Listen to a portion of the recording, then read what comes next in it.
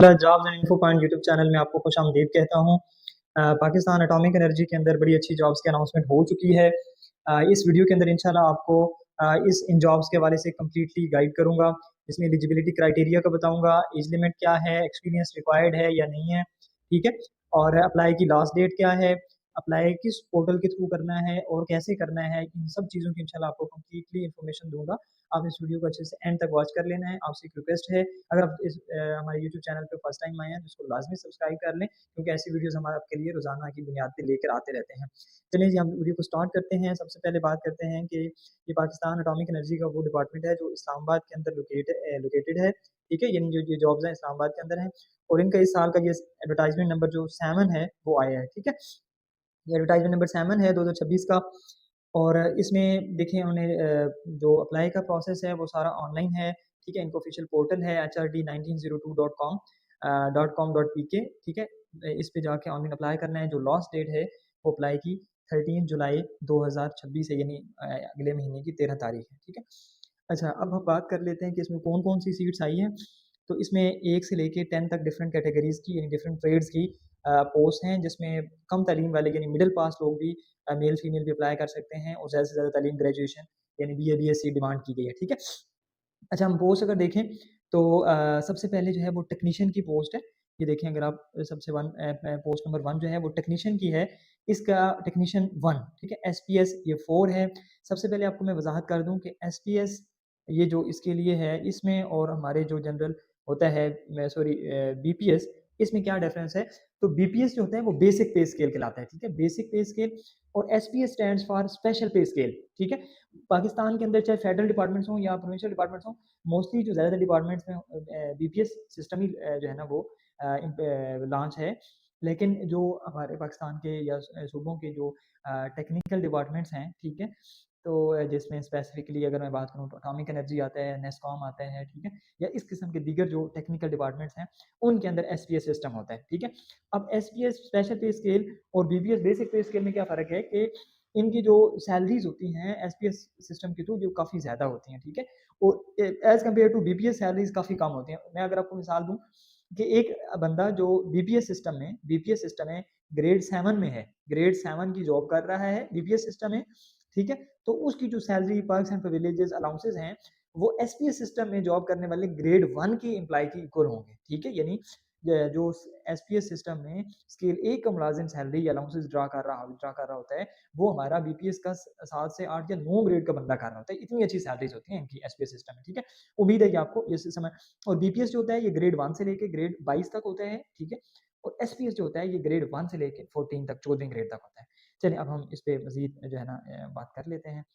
Technician 1 SPS जो 4 है, इसमें कौन सी कैटेगरीज आती हैं वो भी आप देख लें। मैकेनिकल है, वेल्डिंग है, मेटलर्जी है, सिविल है और इलेक्ट्रिकल है। ये 3 डिफरेंट 5 कैटेगरीज की जो टेक्नीशियन 1 रिक्वायर्ड है उनको।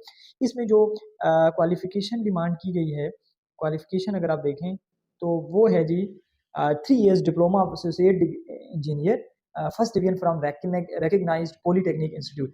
यानी 3 साल जो DAE होता है, DE 3 इयर्स, ठीक है, वो रिक्वायर्ड है। वो जिस भी हो, मतलब इलेक्ट्रिकल हो, मैकेनिकल हो, सिविल में हो, तो वो इसके लिए वो कैंडिडेट्स एलिजिबल हैं जिनके पास ये है, ठीक है। और इस पे मैं बता दूं कि जो मेल फीमेल हैं वो दोनों ही अप्लाई कर सकते हैं, मेल एंड फीमेल्स, ठीक है, दोनों ही एलिजिबल हैं अप्लाई करने के लिए।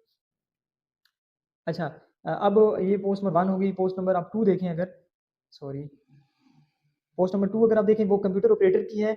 इसका SPS 4 है।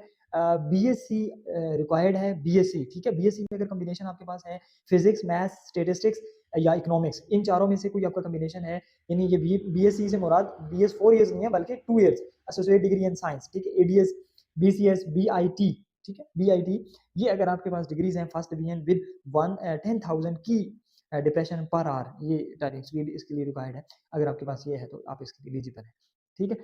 पोस्ट नंबर 3 अगर आप चेक करें वो है जूनियर असिस्टेंट 1 एडमिन की है, SPS 4 है इसका। इसके लिए भी तकरीबन ग्रेजुएशन तालीम रिक्वायर्ड है। BCom हो आपके पास, BBA हो लाइक HRM, मार्केटिंग, IT में, ठीक है। Supply chain management 2 years first division हो, या इसका BA BSc 2 years associate degree in science, ADS first division हो, or equivalent to other admin related qualification as HSC standard, तो आप इसके लिए एलिजिबल हैं। पोस्ट नंबर जो 4 है वो टेक्नीशियन की है, टेक्नीशियन ये 2 है, ठीक है। अब टेक्नीशियन जो 1 थे इनका एसपीएस 4 रहता है, ठीक है, या जूनियर असिस्टेंट इसका एसपीएस 4 रहता है, और टेक्नीशियन 2 का जो एसपीएस आ जाता है वो एसपीएस 3 होता है, ठीक है। इसके लिए just FSc pre engineering first division required है। अगर आपके पास है कोई एक्सपीरियंस, कोई अदर जो है ना रेलिवेंट डिप्लोमा या किस्म की चीज़ नहीं चाहिए, जस्ट अगर आपके पास एफएससी प्री इंजीनियरिंग है तो आपके पास टेक्नीशियन 2 की एसपीएस 3 के अकॉर्डिंग बड़ी बेस्ट पोस्ट आप इसको अप्लाई करवा सकते हैं।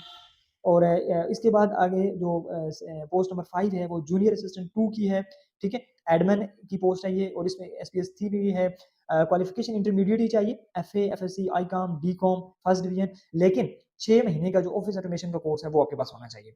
आगे पोस्ट जो 6 है वो है टेलीकॉम ऑपरेटर 2 की, एसपीएस 3 है, इसका इंटरमीडिएट फर्स्ट डिवीजन चाहिए विद 2 इयर्स रेलेवेंट एक्सपीरियंस। देखिए इसमें भी आप इंटरमीडिएट चाहिए, और इंटरमीडिएट में आपके पास एफए, एफएससी, इसमें कोई रिस्ट्रिक्शन नहीं है कि एफएससी प्री इंजीनियरिंग हो, मेडिकल हो, कुछ भी हो, इंटरमीडिएट आप 12 इयर्स आपके पास एजुकेशन है। इवन अगर आपके पास आईकॉम है तो फिर भी आप डीई है तब भी आप एलिजिबल हैं, लेकिन 2 साल रेलेवेंट एक्सपीरियंस होना चाहिए, यानी टेलीकॉम की फील्ड में, ठीक है। टेलीकॉम की फील्ड में आपको 2 साल का तजुर्बा होना चाहिए। पोस्ट नंबर 7 जो है इसमें वो है ड्राइवर 3 की, इसका एसपीएस अब ड्रॉप हो जाता है एक, ये जो 3 ग्रेड के लोग होते हैं इनका एसपीएस 2 होता है। मैट्रिक जो है तालीम चाहिए, matric having a civil driving licence with HTV, LTV, 3 years relevant experience. Minimum height जो है इसके लिए, देखिए बाकी पोस्ट के लिए कोई हाइट डिमांडेड नहीं है, लेकिन इसके लिए 168 सेंटीमीटर जो है वो हाइट भी चाहिए ड्राइवर की पोस्ट के लिए। अच्छा, आगे पोस्ट नंबर 9 है, सॉरी 8 है, वेटर 2 की एसपीएस 2 है, मिडल चाहिए, क्वालिफिकेशन जस्ट 8 पास आप हों, मिडल चाहिए, लेकिन 6 साल जो रेलेवेंट एक्सपीरियंस है, यानी वेटर की फील्ड में, आप किसी होटल में, अच्छे रेस्टोरेंट में आपके पास तजुर्बा हो, ठीक है, तो तब आप इस पोस्ट पर अप्लाई करवाएं। 6 साल आपके पास जो है ना अगर एक्सपीरियंस है। इसी तरह कुक की पोस्ट है, कुक 2 है, एसपीएस इसका भी 2 है, मिडल आपके पास, आप 8 पास हैं, मिडल पास हैं, आप इस पोस्ट पर अप्लाई करवा सकते हैं अगर 6 साल आपका कुकिंग में एज ए कुक आप एक्सपीरियंस है। और पोस्ट नंबर 10 है जी जनरल अटेंडेंट की, एसपीएस 1 है इसका, ठीक है। इसके लिए जस्ट मैट्रिक डिमांडेड है, क्वालिफिकेशन किसी टाइप का कोई एक्सपीरियंस, कोई जो है ना वो अदर डिप्लोमा या रिक्वायर्ड क्वालिफिकेशन और नहीं है, जस्ट आपके पास मैट्रिक है, फर्स्ट डिवीजन है, तो आप जनरल अटेंडेंट 2 की पोस्ट जिसका एसपीएस 1 बनता है, स्पेशल पे स्केल 1 है, जनरल अटेंडेंट 2 है, इस पे आप अप्लाई करवा सकते हैं। तो ये तो थी जी पोस्ट की डिस्क्रिप्शन, ठीक है। Eligibility criteria, experience, age limit, male female दोनों अप्लाई कर सकते हैं, ठीक है। इन चीज़ों के बारे में आपको बताया। अब हम चलते हैं कि इसकी जो जनरल टर्म्स एंड कंडीशंस हैं, ठीक है, जनरल टर्म्स एंड कंडीशंस पे हम बात कर लेते हैं कि वो कौन सी हैं। अच्छा जी, इसमें चेक करिए, इसको ऊपर कर देते हैं। सबसे पहले अगर आप चेक करें, these post are purely temporary but likely to continue for an indefinite period. ये जॉब्स आर्जी हैं, ये जॉब्स आर्जी हैं, लेकिन आर्जी से मुराद ये नहीं है कि 6 महीने, साल की, 2 साल का कॉन्ट्रैक्ट होगा और आपको फिर निकाल दिया जाएगा, बल्कि इनडेफिनाइट पीरियड। इनडेफिनाइट से मुराद है कि आपकी रिटायरमेंट तक आप रहेंगे तो कॉन्ट्रैक्ट पर, लेकिन आप 25 साल की सर्विस, 28 साल की सर्विस करके इंशाल्लाह इस महकमे से एटॉमिक एनर्जी से रिटायर हो जाएंगे, ठीक है। ये इसका मतलब होता है, यानी रेगुलर नहीं होती जिस तरह बाकी डिपार्टमेंट्स में, सिविल डिपार्टमेंट में रेगुलर सीट्स, तो वो भी खैर आना खत्म हो गई हैं, लेकिन जो पहले सिस्टम था रेगुलराइजेशन वाला वो अब बाकी इदारों में भी खत्म हुआ है, तो यहाँ वैसे भी पहले का ही खत्म है। अच्छा, इसकी टर्म नंबर 2 अगर आप चेक करें, employment will be offered against contributory pension fund, CPF, provident fund, PF, ठीक है, scheme as per rules policy invoked at the time of appointment, ठीक है। जिस तरह गवर्नमेंट ने पेंशन को खत्म करके उसकी जगह पे कंट्रीब्यूटरी पेंशन स्कीम मुतारिफ करवाई, सीपीएफ जिसको कहते हैं, तो ये जॉब्स उसी बेसिस पे होंगी, यानी आप हर मंथ कुछ कंट्रीब्यूट करेंगे अपने पेंशन फंड में, और एट द एंड आपको वही पेंशन की सूरत में, कंप्यूट की सूरत में वो चीज़ें मिलेंगी। वेयर द पॉइंट नंबर 3 है जी, where the prescribed qualification is first division in the final degree. Only one second division in the entire academic career from matric onwards will be acceptable for eligibility. इसका मतलब ये है कि final जो आपकी degree demanded है, जैसे for example मैं बात करूं जूनियर असिस्टेंट 1 जो एडमिन की पोस्ट है, ठीक है, ये वाली, इसके लिए क्वालिफिकेशन ग्रेजुएशन रिक्वायर्ड है, बीकॉम हो, बीबीए हो, या इससे रिलेटेड बीए हो, बीएससी हो, तो लेकिन उसकी जो है ना फर्स्ट डिवीजन चाहिए, ठीक है। अब ये क्वालिफिकेशन होगी, फाइनल डिग्री में फर्स्ट डिवीजन है, लेकिन जो पीछे आपका इंटायर कैरियर है, चाहे आप एमफिल की बेस पे अप्लाई कर रहा हो, ठीक है, एमफिल की बेस पे अप्लाई कर रहे हो, लेकिन जो मैट्रिक से लेके मास्टर्स तक जो आपका एकेडमिक कैलेंडर है, एकेडमिक कैरियर है, इसके अंदर सिर्फ एक सेकंड डिवीजन चल जाएगी। अगर इससे ज़्यादा आपकी कोई भी डिग्री सेकंड डिवीज़न है, ठीक है, ठीक है, यानी फर्स्ट डिवीज़न की कैटेगरी में नहीं लाई जाती बल्कि वो सेकंड डिवीज़न में चली जाती है। 2 आपकी डिग्रीज़ ऐसी हैं, 2 क्लासेस में आप सेकंड डिवीज़न आए तो फिर आप इस इन पोस्ट पर अप्लाई करवाने उस पोस्ट पर अप्लाई करवाने के लिए इनएलिजिबल हैं, आप अप्लाई मत करवाएँ। ठीक है? इसका ये मतलब है कि फाइनल डिग्री जिस डिग्री के बेस पे आप अप्लाई कर रहे हैं या जो मिनिमम क्वालिफ़िकेशन रिक्वायर्ड है उस पोस्ट की, वो तो आपके पास क्वालिफ़िकेशन फर्स्ट डिवीज़न होनी चाहिए। लेकिन पिछले सारे आपके एकेडमिक कैरियर में अगर 1 सेकंड डिवीज़न है तो आप एलिजिबल हैं, अगर 2 हैं, 3 हैं फिर आप इसके लिए अनएलिजिबल हैं। ठीक हो गया? अच्छा जी, अब हम मज़ीद इसकी कुछ टर्म्स एंड कंडीशंस को देख लेते हैं। वो चेक करें जी वो point number 4 age limit maximum age limit closing date जो क्लोजिंग डेट है इसकी यानी 13 जुलाई 2026 तब तक आपकी मैक्सिमम एज लिमिट जो है वो 35 साल होनी चाहिए। 35 साल है, आप 35 साल से कम हैं, आप एलिजिबल हैं, इससे ज़्यादा है तो आप इनएलिजिबल हैं। अच्छा जी पॉइंट नंबर 5 कोई ऐसी चीज़ नहीं है, 6 को भी आप छोड़ दें, ठीक है? अच्छा 6 जो है experience will only be considered if acquired after minimum prescribed qualification against each post. इसका मतलब पॉइंट नंबर 6 का मतलब ये है कि आपके पास एक्सपीरियंस जो है फॉर एग्जांपल कुक के लिए उन्होंने कहा कि 6 साल तजुर्बा होना चाहिए कुकिंग के, वेटर के लिए 6 साल तजुर्बा होना चाहिए। लेकिन वो कैंडिडेट्स मिडल पास नहीं है, वो प्राइमरी पास हैं या वो बिल्कुल इलिटरेट हैं, अनपढ़ हैं, तो फिर वो अप्लाई एक्सपीरियंस की बेस पे नहीं कर सके क्योंकि उनके पास मिनिमम क्वालिफिकेशन ही नहीं है।